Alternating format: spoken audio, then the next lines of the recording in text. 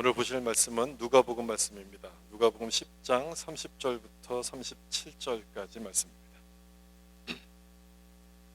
자리에서 다 같이 일어나셔서 한 절씩 말씀을 교독하도록 하겠습니다. 예수께서 대답하여 이르시되 어떤 사람이 예루살렘에서 여리고로 내려가다가 강도를 만나매 강도들이 그 옷을 벗기고 때려 거의 죽은 것을 버리고 갔더라. 한 제사장이 그 길로 내려가다가 그를 보고 피하여 지나가. 또 이와 같이 한 레위인도 그곳에 이르러 그를 보고 피하여 지나가되 사마리아 사람은 여행하는 중 거기 이르러 그를 보고 불쌍히 여기 가까이 가서 기름과 포도주를 그 상처에 붓고 싸매고 자기 짐승에 태워 주막으로 데리고 가서 돌보아 주니라. 그가 주막 주인에게 데나리온 둘을 내어 주며 이르되 이 사람을 돌보아 주라. 비용이 더 들면 내가 돌아올 때에 내 생각에는 이 세 사람 중에 누가 강도 만난 자의 이웃이 되겠느냐. 이르되 자비를 베푼 자니이다. 예수께서 이르시되 가서 너도 이와 같이 하라 하시니라. 아멘. 우리 말씀에 은혜 받으세요. 인사하면서 앉겠습니다. 말씀에 은혜 받으세요. 선한 사마리아인의 비유란 제목으로 말씀을 나누겠습니다. 예수님의 비유 가운데 아마도 가장 유명한 비유를 꼽으라면 아마 이 비유를 꼽을 것 같습니다. 교회를 다니지 않는 사람들도 선한 사마리아인이 누군지 정도는 다 알고 있기 때문에 그렇습니다.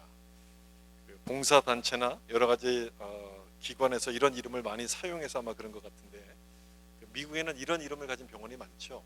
굿 사마리탄 하스피들 이런 이름의 병원이 많습니다. 오늘 비유를 듣고 도전을 받은 사람들이 어려운 사람들을 돕자는 뜻에서 세운 병원이 바로 그런 이름을 가진 병원입니다.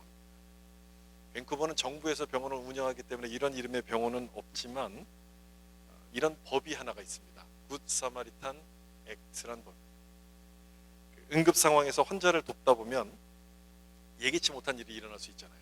CPR을 하는데 뭐 가슴뼈가 부러질 수도 있고 또 옷을 이렇게 하다가 옷이 손상될 수도 있고 그러다 보면 소송을 당할 수가 있습니다. 물에 빠진 사람을 구해줬더니 보따리 내놔라 하는 뭐 그런 경우가 생길 수 있다는 거죠. 그런 경우를 대비해서 도와준 사람을 보호하려고 만든 법이 굿 사마리탄 액트란 법입니다.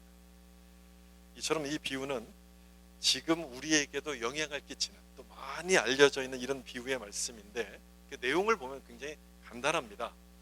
어떤 사람이 여리고로 가던 길에 강도를 만나서 쓰러졌는데 제사장과 레위인이 그 모습을 보고 지나갔지만 사마리아 사람이 도와주었다는 그런 내용입니다. 굉장히 간단하지 않습니까? 우리에게는 굉장히 심플하게 들리는 이 비유의 말씀인데 당시 유대인들에게는 충격이었을 겁니다. 왜냐하면 이 사마리아 사람은 나쁜 사람의 대명사였거든요. 따라서 이 비유를 이해하려면 왜 예수님께서 사마리아 사람을 언급하셨는지 무슨 의미가 있는지 어떤 배경인지를 좀 이해할 필요가 있습니다. 이 비유는 이런 상황에서 시작을 하게 되죠. 누가복음 10장 25절 말씀 보시면 어떤 율법 교사가 일어나 예수를 시험하여 이르되 선생님 내가 무엇을 하여야 영생을 얻으리까? 한 율법사가 예수님께 영생에 대해서 이렇게 물어봤습니다. 근데 그 질문이 정말 영생에 관심이 있어서 물어본 것이 아니라는 점이 여기 드러나죠. 예수를 시험하려고 했다라고 되어 있습니다. 예수님이 뭐라고 대답하시는지 좀 보자 이런 생각을 가지고 이 질문을 던졌던 것이죠. 그리고 이어지는 29절에도 보면 그 사람이 자기를 옳게 보이려고 예수께 여짜오되 라고 되어 있습니다. 이 두 가지 말씀을 좀 종합해 보면 내가 잘하고 있다는 것을 자랑하기 위해서 지금 이 질문을 하고 있다는 겁니다. 자기를 옳게 보이려고 예수께 여짜오되 그 다음에 이어지는 질문이 뭡니까? 내 이웃은 누구입니까? 라는 질문 또 한 번 던지지 않습니까? 그 사이에 예수님께서 하나님을 사랑하고 이웃을 사랑하는 말씀을 그 중간에 하셨습니다. 그랬더니 이어지는 질문이 뭐였냐면 누가 나의 이웃입니까? 이렇게 물어본 거예요. 역시 몰라서 물은 질문이 아닌 거죠. 내가 이웃을 사랑했다는 것을 예수님에게 좀 확인받고 싶어서 자랑하고 싶어서 지금 물어보는 그런 질문입니다. 유대인들에게는 이웃의 개념이 아주 명확했거든요. 같은 유대인들은 이웃이었습니다. 이방인들, 다른 민족은 이웃이 아니었습니다. 따라서 유대인들에게만 친절을 베풀고 선을 베풀면 이웃을 사랑한 거였어요. 자기가 그렇게 했으니까 예수님도 나를 좀 인정해 주셔야 된다 이런 뜻의 질문인데 여기에 대해서 하셨던 말씀이 선한 사마리아인의 비유였습니다. 그러면 왜 사마리아 사람을 언급하셨는지 짐작을 할 수가 있는 거죠. 이 사람이 자기를 옳게 보이려고 지금 이 질문을 던지고 있지 않습니까? 거기에 대해서 예수님은 사마리아 사람을 언급하시면서 하나님께서 옳다고 인정하는 사람은 이런 사람들이다, 이 부분을 지금 알려주시는 거예요. 나는 내가 옳다고 얘기하는데 하나님이 옳다고 생각하는 사람은 이런 종류의 사람이다, 이런 뜻에서 이 비유를 말씀하셨다는 겁니다. 그래서 이 비유에는 세 종류의 사람이 등장해요. 강도가 나오고요, 제사장과 레위인이 나오고요, 그 다음에 세 번째는 사마리아 사람이 나옵니다. 이들을 등장시킨 것은 그들의 모습과 나의 모습을 비교해 보면서 하나님이 어떤 모습을 원하시는가를 좀 생각해 보라고 주시는 그런 말씀인 겁니다. 첫 번째 등장하는 사람이 강도죠. 강도부터 좀 볼까요? 누가복음 10장 30절 말씀 보시면 예수께서 대답하여 이르시되 어떤 사람이 예루살렘에서 여리고로 내려가다가 강도를 만나매 강도들의 그 옷을 벗기고 때려 거의 죽은 것을 버리고 갔더라. 예루살렘에서 여리고로 가는 길은 아주 경사가 심하다 그래요. 그리고 굉장히 험하다 그럽니다. 강도가 자주 나타나는 길이라고 합니다. 이 강도가 거기에 숨어 있다가 사람이 지나가면 옷을 뺏고 그 사람을 두들겨 팬 다음에 그냥 버리고 갔던 겁니다. 이 참 나쁜 사람이죠. 돈이 필요하면 돈만 뺏으면 되는데 왜 때립니까?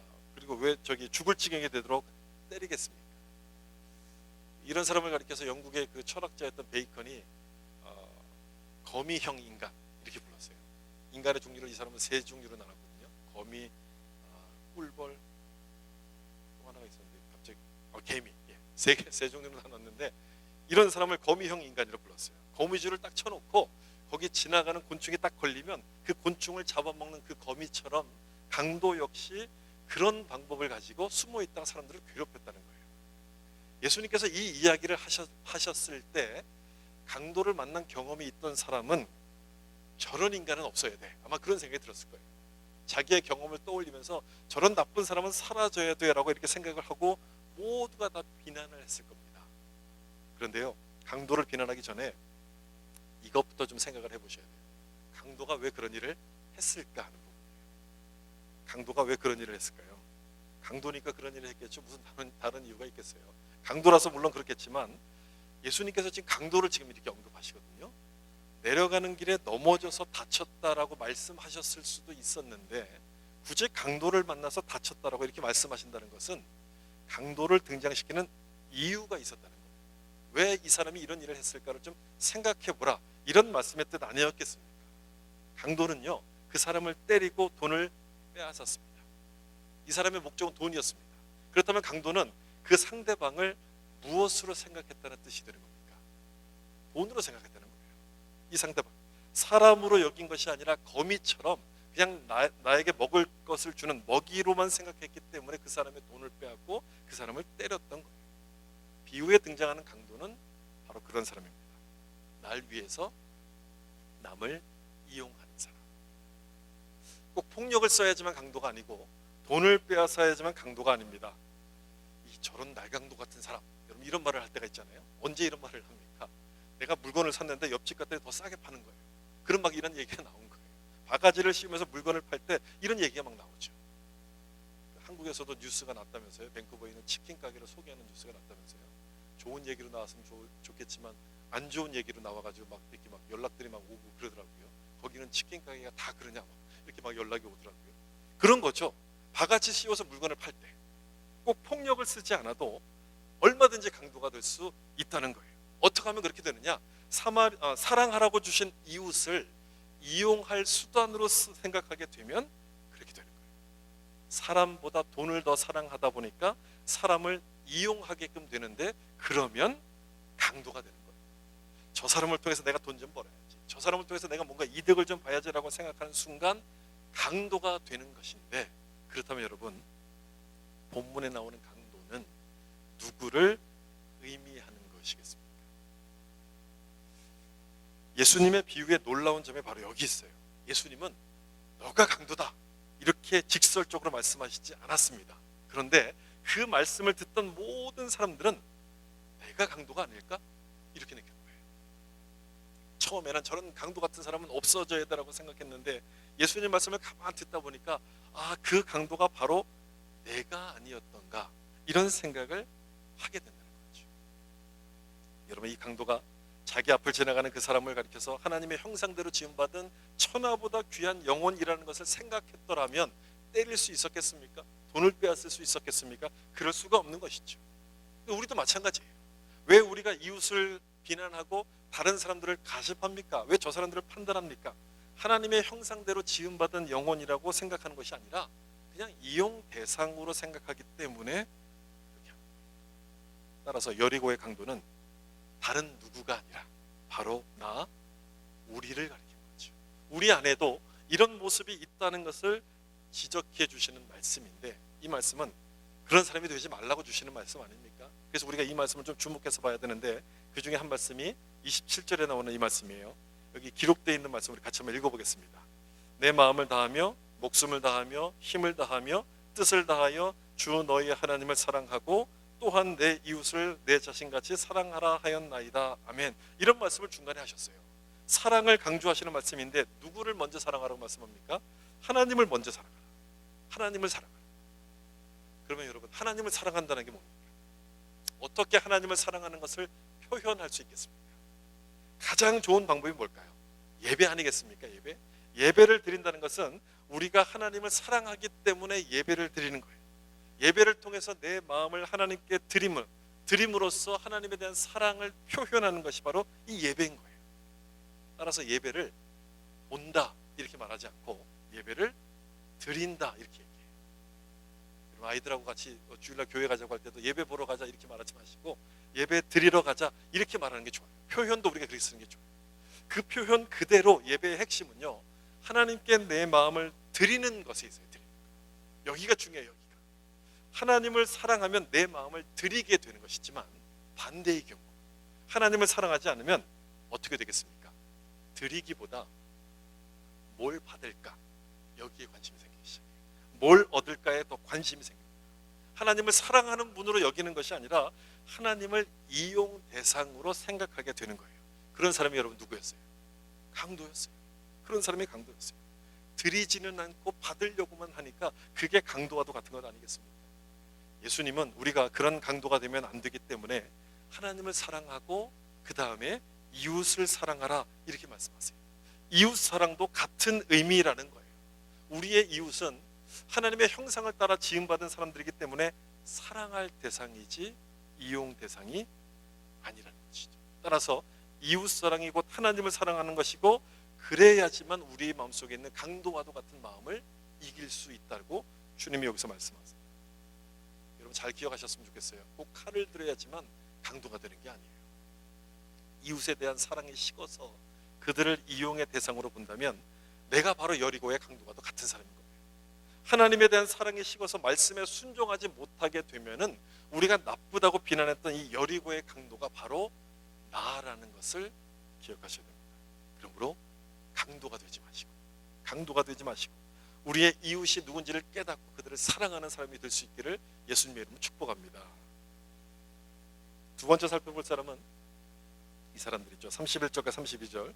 마침 한 제사장이 그 길로 내려가다가 그를 보고 피하여 지나가고, 또 이와 같이 한 레위인도 그곳에 이르러 그를 보고 피하여 지나가되. 제사장과 레위인이 나오죠. 이 사람들은 종교 지도자들로서 당시에 존경받는 리더였습니다. 놀랍게도 약속이나 한 듯이 이 두 사람이 강도 만난 사람을 보고 그냥 지나갑니다. 911에 신고라도 해야 되는데 신고도 하지 않고 그냥 모른 척 피해갑니다. 왜 그랬을까요? 이유가 뭘까요? 나름대로 뭐 이유가 있었겠죠. 뭐 굉장히 바쁜 스케줄이 있거나 뭔가 이유가 있었을 거예요. 제사장 아닙니까? 이 제사장은요, 항상 제사를 맡은 사람이기 때문에 성결을 유지해야만 했습니다. 죽은 사람의 시체를 만져서도 안 되고 그 시체와 접촉해서도 안 돼요. 지금 그 사람이 쓰러져 있었잖아요. 강도를 만나서 아마 죽은 거라고 생각했을지도 몰라요. 그래서 아마 이 사람을 피해서 갔을 거예요. 그리고 레위인 이 사람은 성전에 일을 맡았던 사람들이잖아요. 제사가 제때 드려질 수 있도록 모든 것을 준비하고 정리해야 될 사람이기 때문에 시간이 늦으면 안 되는 사람이에요.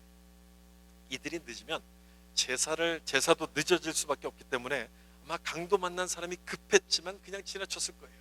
빨리 가야 됩니다. 제가 시간이 없습니다. 그러면서 지나갔을 거예요. 나름 타당한 이유가 있어요. 그들만의 이유가 다 있는 거예요. 근데 문제는 뭐냐면 예수님께서 이 사람들의 손을 들어주지 않았다는 거예요. 아무리 타당한 이유가 있다 할지라도, 이들이 중요하게 여기는 제사를 할지라도 강도 만난 사람을 돕는 것보다 더 중요하지 않다는 것이죠. 강도를 등장시켰던 이유가 여러분, 우리 자신을 돌아보라는 것이었는데, 제사장과 레위인을 등장시킨 것도 여러분 마찬가지 아니겠습니까? 우리의 어떤 모습을 돌아보라는 것일까요? 신앙을 좀 돌아보라는 거예요. 신앙, 형식적인 신앙이 아닌지를 좀 생각해 보라는 거예요. 지금 이 사람들이 예배를 핑계로 지금 지나가지 않습니까? 우리도 마찬가지란 얘기죠. 예배를 핑계로, 하나님을 핑계로 어려운 이유들을 그냥 지나쳐 버린다면 하나님은 그런 예배를 기뻐하시지 않는다는 말씀인 거예요. 무슨 말인지 여러분 이해가 되시죠? 여러분, 제사장과 레위인을 보면서 우리는 이렇게 되물어야 될 겁니다. 예배를 왜 드리는가?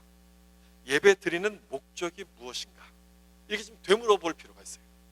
제가 앞에서 예배를 드릴 때 예배는 무엇을 표현하는 거라고 말씀드렸습니까? 하나님에 대한 사랑을 표현하는 거라고 말씀드리지 않았습니까? 이 사람들이 그것을 깨달았더라면 강도 만난 사람을 그냥 지나치지 않았을 거예요. 지나갈 수가 없었을 거예요. 그럼에도 불구하고 그냥 지나갔다는 것은 예배의 목적이 뭔지를 깨닫지 못하는 거예요. 예배를 드리긴 드렸습니다. 그런데 그 예배는요, 예배를 위한 그냥 예배였어요. 안 할 수 없으니까 하는 예배였어요. 다시 말하면 형식적인 예배였던 거예요. 예배 안 드리면 벌 받을지도 모르니까 출석 도장 찍듯이 그냥 거기 앉아 있어요. 몸은 여기 있어요. 마음은 저쪽 가 있어요. 저 멀리 가 있어요. 예배를 드리는 게 아니라 그것은 예배를 그냥 보는 거예요. 문제는 그러면서도 나는 제사장이다, 나는 레위인이다, 그 믿음을 자랑했다는 거죠. 다시 말씀드리지만 예배의 핵심은요, 드리는 거예요. 시간을 드리고 내 마음을 드리고 내 삶을 드리는 것이 예배이고, 그렇게 예배했을 때 하나님의 모습으로 변화되어 가는 것이 예배를 드리는 목적인 거예요. 그래서 제가 예배를 마칠 때마다 기도할 때 이런 기도를 드리지 않습니까? 성전문을 나서는 순간부터 우리 삶의 예배가 시작됩니다 라고 기도하는 이유가 바로 여기에 있는 거예요. 삶의 예배. 여러분, 우리가 예배를 얼마나 잘 드렸는가 하는 것은요, 이 자리에서 결정되는 것이 아니고요, 예배가 끝난 그 다음부터, 그 다음에 이어지는 우리 삶을 통해서 나타나는 거예요. 내가 만나는 사람들에게, 내가 자주 이렇게 보는 사람들에게 하나님의 사랑을 얼마나 전하는가, 실천하는가를 통해서 내가 드린 예배가 평가가 되는 거예요. 그러므로 교회 안에서도 잘하셔야 되지만 어디서 더 잘하셔야 됩니까? 교회 밖에서 잘하셔야 돼요. 교회 밖에서. 집에서 잘하셔야 되고요. 그 다음에 직장에서 잘하셔야 되고요. 내가 만나는 모든 사람들에게 잘하셔야 돼요. 레위인과 제사장의 문제는요, 바로 이거였어요. 이거. 교회 안에서는 제사장이었어요. 그리스도인이었어요. 레위인이었어요. 그런데 교회 밖에서는요, 아니었어요. 하나님께서 우리에게 무엇을 원하시는지를 이들은 바로 깨닫지를 못했어요. 그랬기 때문에 강도 만나서 쓰러진 사람을 보았을 때 그냥 이렇게 지나가는 것 아닙니까? 그것도 예배를 핑계대면서, 하나님을 핑계대면서 그냥 지나가요. 만약 이 사람들이 정말 예배를 중요하게 생각했더라면, 하나님이 무엇을 원하시는지를 깨달았다면 이 하나님 말씀 그대로를 순종했을 거예요. 강도 만나서 쓰러진 이 사람을 돕는 것이 하나님이 기뻐하시는 예배라는 것을 깨달았을 텐데 그냥 지나가요. 간과합니다. 여러분, 제사장과 레위인의 이 모습을 보면서 우리의 예배가 이들처럼 형식적인 것은 아닌지, 그러면서도 내가 믿음이 좋다라고 자랑하고 있는 것은 아닌지 다시 한번 돌아볼 수 있기를 주님의 이름으로 축복합니다. 마지막으로 생각해 볼 사람은 사마리아 사람이에요. 누가복음 10장 33절. 어떤 사마리아 사람은 여행하는 중 거기 이르러 그를 보고 불쌍히 여겨. 사마리아 사람에 대해서 말씀하세요. 아마도 예수님께서 이 말씀을 하실 때 그 비유를 듣던 율법사와 거기 모여있는 사람들은 깜짝 놀랐을 겁니다. 왜냐하면 사마리아인은 유대인들이 가장 싫어하는 사람이에요. 가장. 그 싫은 정도가 아니라 사람 취급도 안 했습니다. 이방인보다도 더 싫어하는 사람이 바로 이 사마리아 사람. 역사적인 배경 때문에 그런데 이스라엘이 남과 북으로 갈라졌을 때가 있었습니다. 이 북쪽 이스라엘의 수도가 어디였냐면 사마리아였어요. 이 북이스라엘이 아수르에 의해서 이제 정복을 당하게 되는데, 아수르가 정복했을 때 혼혈 정책을 씁니다. 그러니까 아수르 사람을 이 사마리아에 데려와서 이들과 결혼을 시켜서 아수르에게 복종하게 만드는 혼혈 정책을 썼어요.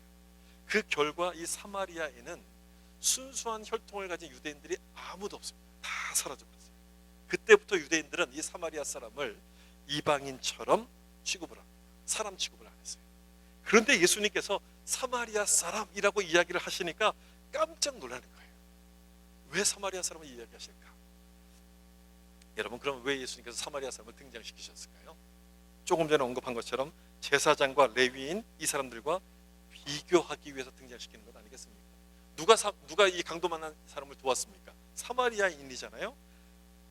유대인이 멸시하던 그 사마리아 사람이 이 강도 만난 사람을 도왔는데 그 모습을 유대인들로서는 가장 뛰어나다고 이야기하는 제사장과 이 레위인과 대비시키면서 이들이 갖고 있는 편견, 우월의식 이런 것들을 지적하시는 말씀입니다. 선민을 자랑하는 이 유대인들에게 하나님이 보시는 것은 그것이 아니라는 것을 가르치시기 위해서 사마리아 사람을 여기에 딱 등장시키세요. 다시 말하면 하나님은 우리의 신분이나 외모에는 별로 관심이 없다, 이런 말씀인 거예요. 내가 목사라고 해서 하나님이 더 많이 관심을 가지시고 내가 뭐 집사, 권사, 장로라고 해서 더 많은 관심을 가지시는 것이 아니고요. 교회를 내가 오래 다녔다고 또 성경 공부를 많이 했다고 해서 나를 높게 평가해 주시는 것이 아니라는 거예요. 그래서 성경 공부를 하셔야 되죠. 그래도 하셔야 됩니다. 혹시라도 높게 평가하는 건 아니라는 거예요. 그럼 뭘 보고 하나님이 평가를 하시느냐? 지금 내가 뭘 하고 있느냐, 그걸 보시고 평가하세요. 지금 내가 뭘 하고 있느냐. 하나님의 관심은 내가 무슨 직분을 받았는가, 직분에 관심이 있는 것이 아니라 내가 무엇을 지금 하고 있느냐, 거기에 관심이 있습니다. 그것 때문에 사마리아인을 등장시키시는 거예요. 여러분도 발견하셨겠지만 오늘 비유의 초점은요, 이 사람이 어떤 직분이다 이런 것에 맞춰져 있지 않고요, 그 사람이 무엇을 하고 있는가에 직분이 맞춰져 있어요. 제사장 레위인이 그냥 지나쳤다, 행동에 맞춰져 있어요. 이 사마리아인도 마찬가지거든요. 여기 33절 보시면 어떤 사마리아 사람은 여행하는 중에 거기 이르러 그를 보았습니다. 그리고 불쌍히 여겼어요. 그냥 지나가지 않고 불쌍히 여겨요. 모른 척 피하지 않고 불쌍히 여기는 마음을 가진 다음에 그 행동을 지금 이렇게 묘사하고 있는 것 아닙니까? 거기서 멈추지 않고 34절을 보시면 가까이 갑니다. 그 사람에게. 그리고 기름과 포도주를 상처에다 붓고 싸매요. 제사장도 피했습니다. 그 사람을. 레위인도 피했던 그 사람을 자기 손으로 싸매고 치료해요. 그리고 자기 짐승에다 태워가지고 주막으로 가서 이 사람을 돌봐줍니다. 이 정도면 너무너무 훌륭한 것 아닙니까? 너무너무 잘했어요. 칭찬받을 만해요. 근데 여기가 끝이 아니에요. 35절도 보시면 그 이튿날, 그러니까 하룻밤을 꼬박 그 사람과 같이 이제 치료해 준 거예요. 이튿날 그가 주막 주인에게 데나리온 2를 내어주며 이르되 이 사람을 돌보아 주라. 비용이 더 들면 내가 돌아올 때 갚으리라 하였으니, 하룻밤을 꼬박 지낸 다음에 아무래도 상태가 좀 더 있어야 될 것 같으니까 돈을 더 주면서 이 사람을 치료해 달라고 이야기를 합니다. 사마리아인의 행동에 대해서 아주 자세하게 기록하고 있지 않습니까? 왜 기록하고 있을까요? 하나님이 원하시는 모습이 바로 그 모습이라는 거죠. 그 모습을 원하시기 때문에 이 내용을 자세하게 기록해요. 이 사마리아 사람은요, 어느 누구에게도 인정받지 못하는 사람이에요. 그런데 하나님께서 그 모습을 인정하시는 거예요. 그 사람을. 뭘 보고 이 사람을 인정해 주시냐면 그의 신분이 아니고 그의 직분이 아니고 그가 지금 무엇을 행하는가, 그 행하는 일을 보시고서 인정을 해주세요. 자기 시간을 쓰고 자기 돈을 들이고 모든 그 어려운 사람을 돕는 그 모습을 보시고서 하나님이 기뻐하셨다는 것을 지금 여기서 말씀하고 있어요. 여러분, 예수님께서 지금 말씀하시려고 하는 것은 뭐냐면요, 하나님의 관심이 어디 있는가를 지금 말씀하시는 거예요.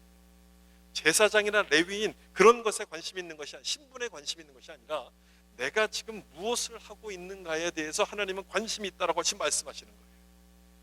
이 비유의 결론을 봐도 그렇지 않습니까? 결론은 이렇게 돼 있어요. 37절 마지막 부분에 가서 너도 이와 같이 하라, 이렇게 말씀하세요. 너도 이와 같이 하라. 예수님의 관심이 어디 있는 겁니까?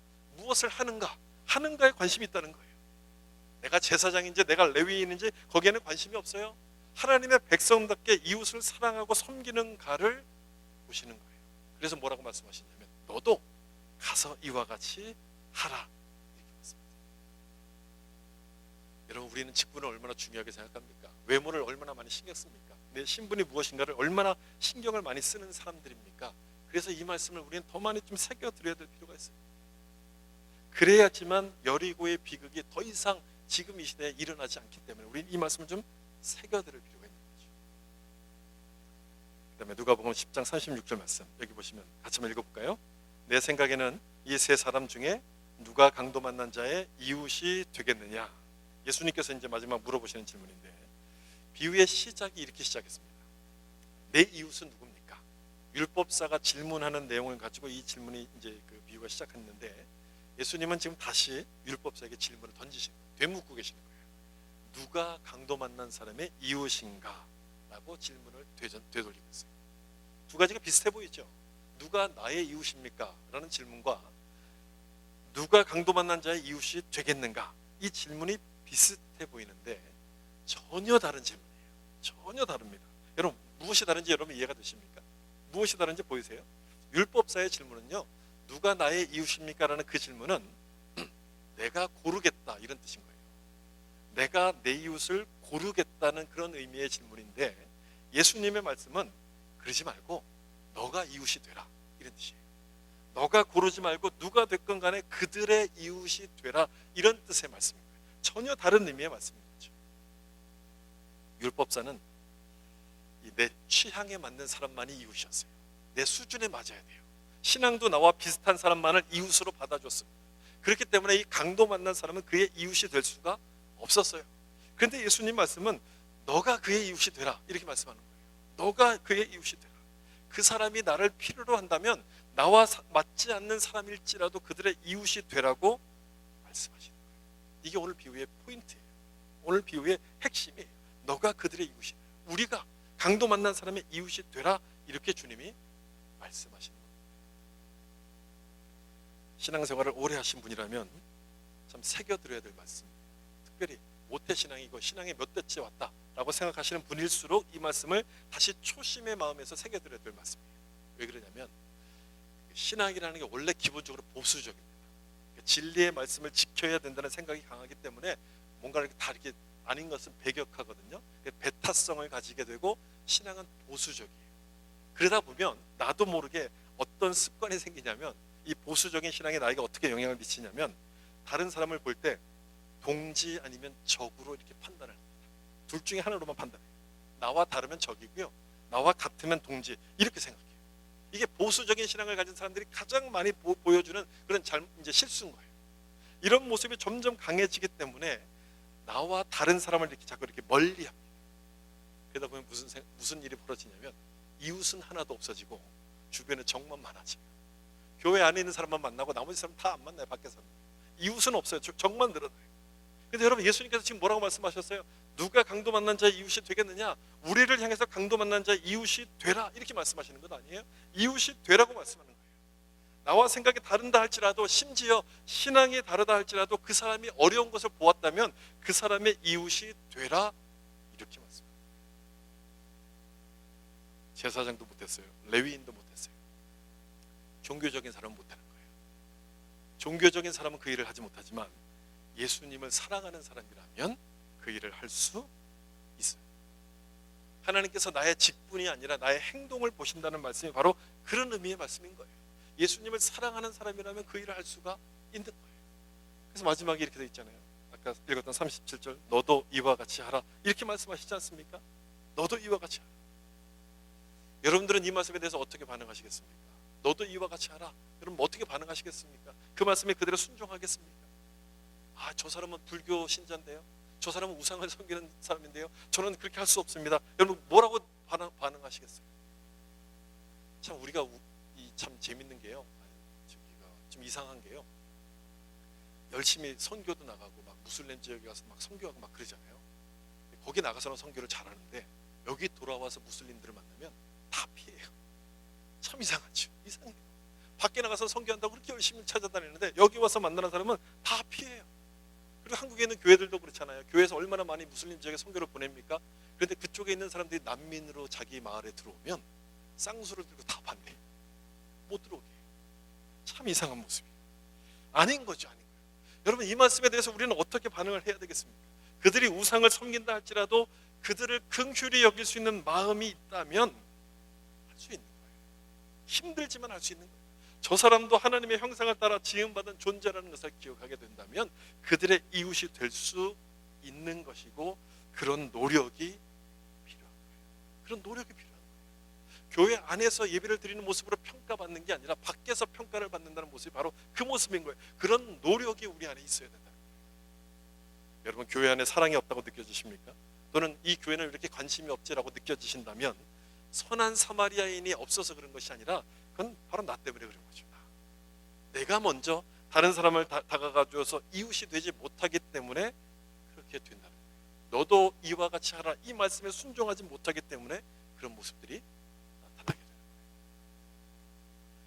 저는 이 비유에 등장하는 사마리아인이 예수님을 상징한다고 생각합니다. 모든 면에서 예수님과 똑같아요. 예수님은 유대인들로부터 멸시를 받지 않았습니까? 사마리아 사람도 마찬가지예요. 아무도 사마리아 사람을 인정하지 않은 것처럼 예수님도 아무에게도 인정받지 못했어요. 그럼에도 불구하고 예수님은 그들을 위해서 모든 것을 다 쏟아붓습니다. 이 사마리아 사람이 자기의 모든 것을 아낌없이 이렇게 베풀어 주었던 것처럼 예수님도 그렇게 하셨어요. 헌신적인 사랑과 희생을 보여준 이 사마리아인은 예수님의 십자가 사랑을 의미하는, 보여주는 그런 사람이에요. 그러면 강도를 만나서 죽게 된 사람은 누굴까요? 우린 거죠.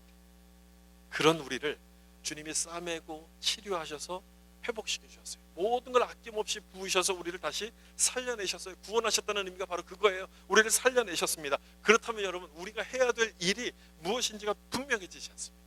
분명해. 제사장이 되는 것도 아니고 레위인이 되는 것도 아니고 선한 사마리아인이 되는 거예요. 가서 너도 이와 같이 하라는 그 말씀의 의미가 바로 그거예요.